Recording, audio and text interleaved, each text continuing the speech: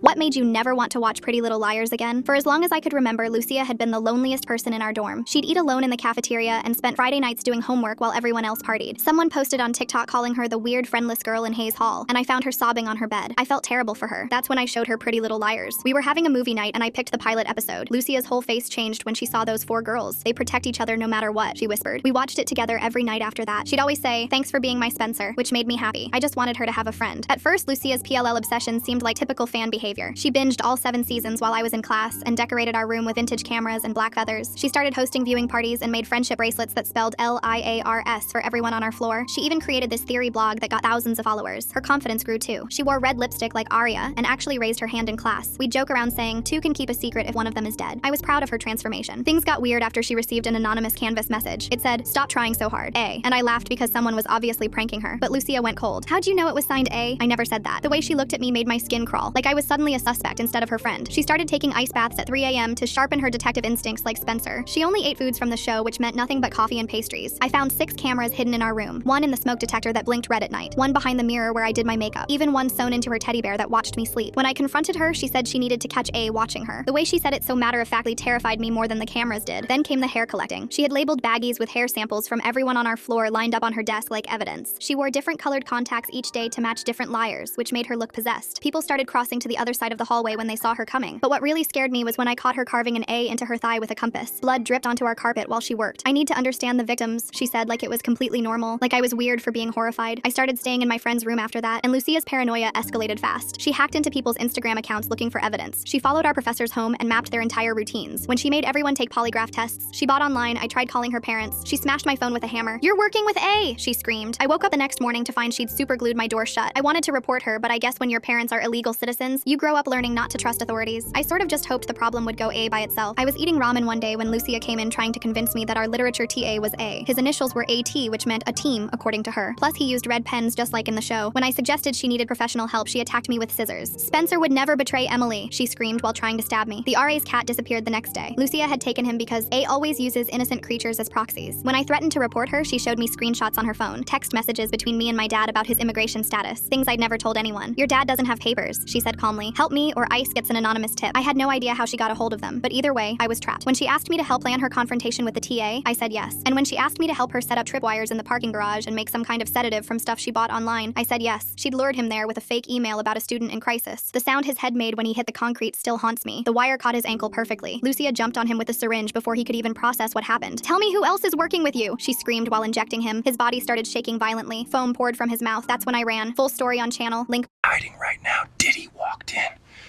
with a bottle of baby oil. I ain't getting these cheeks clapped again. Hiding right now, Diddy walked in with a bottle of baby oil. I ain't getting these cheeks clapped again.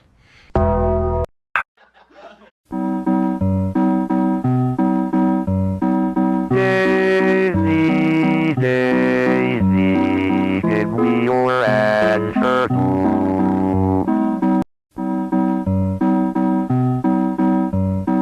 Daisy,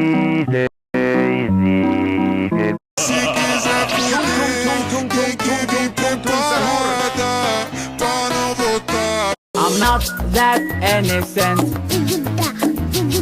I'm not that innocent. I'm not that.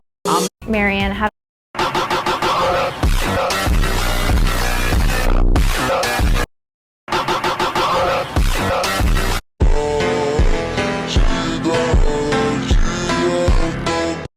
Rock your body. I wanna go for a ride. Hop in the music and rock your body.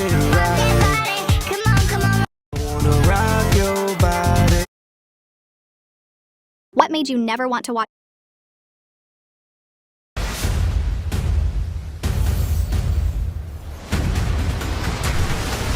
Alright guys, today we are back on Roblox Steal a Brain Rot, and we are going to be fully restarting